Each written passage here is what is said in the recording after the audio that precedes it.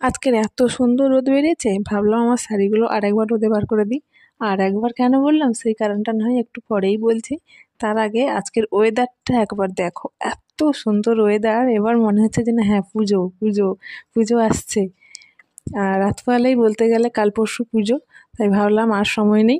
শাড়িগুলো আমি আগেও একবার রোদে দিয়েছিলাম। তো যেদিন শাড়িগুলো রোদে দিই সেদিন বৃষ্টি চলে এসেছিলো, তো ঠিক মতো রোদ খাওয়ানো হয়নি, তুলে রেখে দিয়েছিলাম।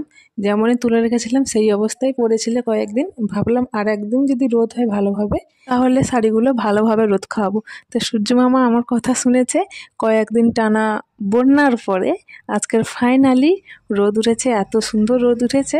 তো শাড়িগুলো আজকে বের করে দিলাম। এদিকে শাড়িগুলো আমি প্রথমে নিচে দিয়েছিলাম, তো সব শাড়ি নিচে ধরছে না দেখে কিছু শাড়ি দড়িতে দিলাম। আর এইদিকে আকাশটা দেখো শুধু, কত সুন্দর লাগছে তাই না? মানে যে পরিমাণ জল ঢেলেছে কয়েকদিন, মনে হয় একদিনেই সব শুকিয়ে দেবে। 1 ঘন্টা মতো ছাদে ছিলাম, মানে শাড়িগুলো রোদে দিতে যত সময় লাগে মনে হচ্ছে যেন আমি মাথা ঘুরে পড়ে যাব। তো দেখো ফাইনালি আমার সমস্ত শাড়ি দড়িতে দিয়ে দিয়েছি, আর কিছু শাড়ি নিচে রেখেছি। এই হলো আমার শাড়ি। কয়েকটা শাড়ি বের করিনি, ওই যে বললাম না আগের দিন রোদ খাইয়েছিলাম, তো ওগুলো আর বের করিনি। আর এই লাস্টে যে দুটো জামদানি শাড়ি দেখছো না, এই শাড়িগুলো মানে একদমই নতুন, এখনো একবারও আমার গায়ে ওঠেনি।